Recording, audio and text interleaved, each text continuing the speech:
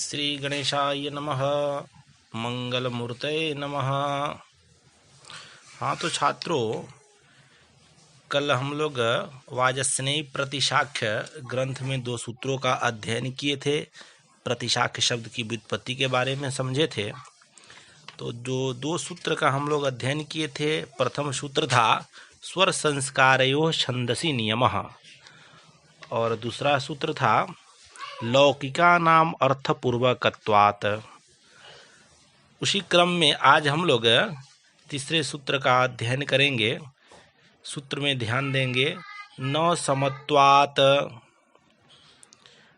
समत्वात् नकारः प्रतिषेधवाचिः उभयत्रः संबध्यते ककाक्षिवत् न चैतत यद्वैदिकानां शब्दानां स्वर संस्कार नियमो अभ्युदय हेतुः किन्तर्हि लौकिकानामपि नियमो अभ्युदय हेतुरेव।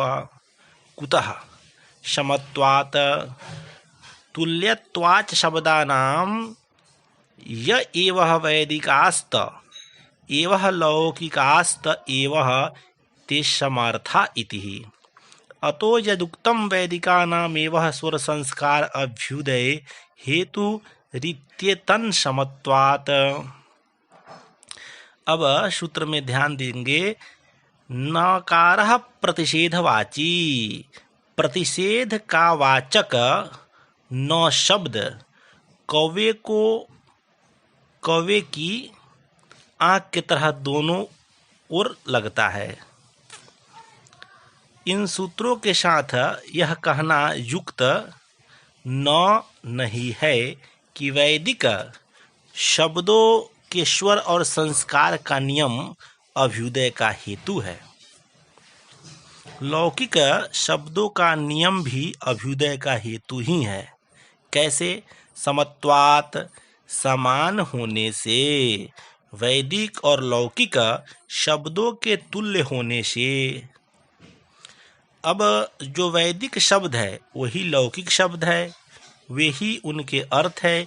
इसीलिए यह जो कहा गया है कि वैदिक शब्दों के ही स्वर और संस्कार का नियम अभ्युदय का हेतु है, यह युक्त नहीं है वैदिक लौकिक शब्दों के तुल्य होने से।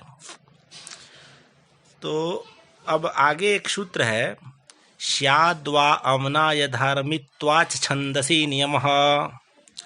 अब यह सूत्र बताता है कि स्याद्वा अमनाय धार्मित्व छंदसि नियमः।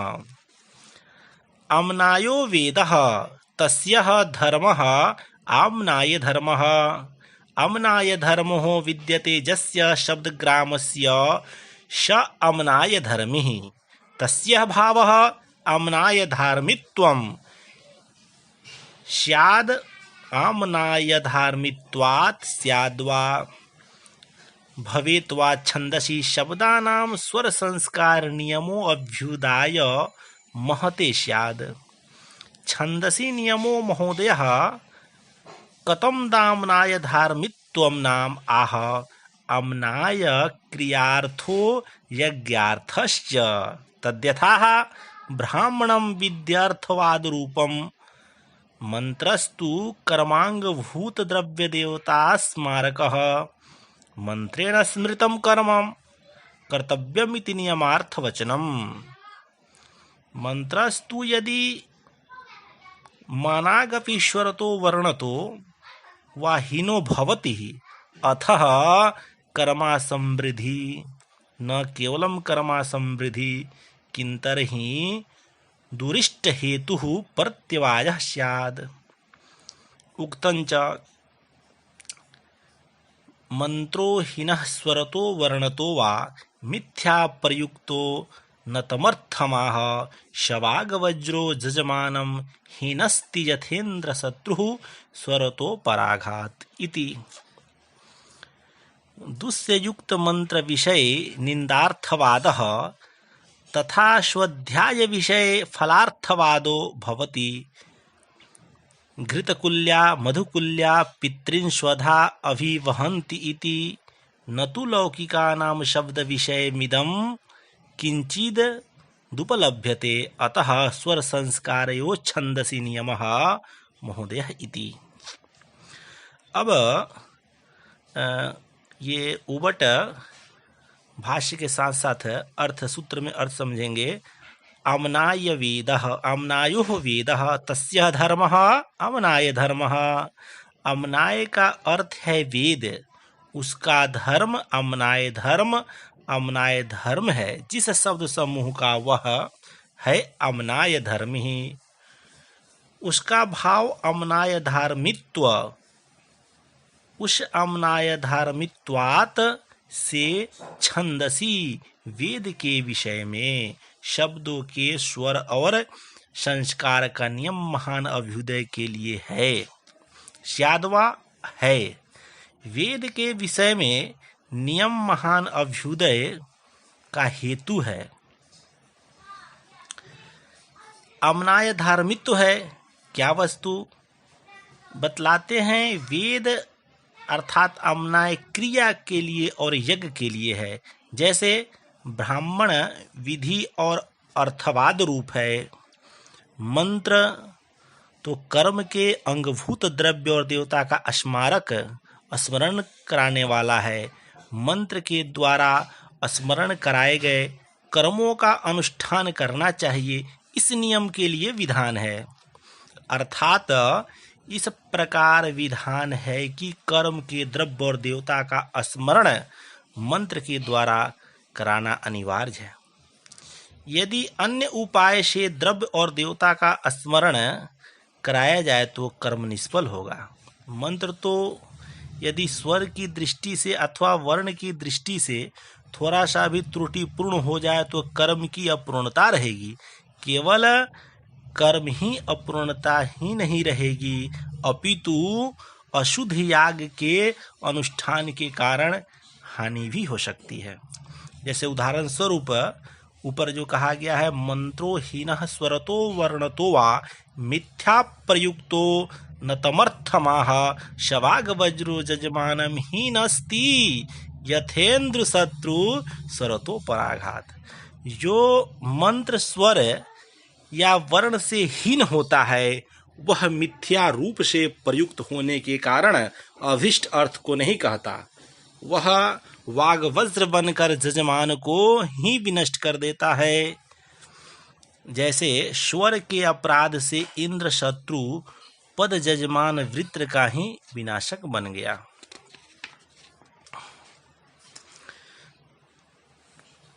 अशुद्ध रूप में प्रयुक्त मंत्र के विषय में यह निंदा रूप अर्थवाद है। उसी प्रकार वेदाध्ययन अर्थात स्वाध्याय के विषय में यह फल रूप अर्थवाद है। वेद का अध्ययन करने वालों के पितरों के लिए घी की नहरें और मधु की नहरें सुधा के रूप में प्रवाहित होती है। लौकिक शब्दों के विषय में इस प्रकार कुछ भी प्राप्त नहीं होता है, इसलिए वेद के विषय में ही स्वर और संस्कार का नियम महान अभ्युदय का कारण है, जनक है।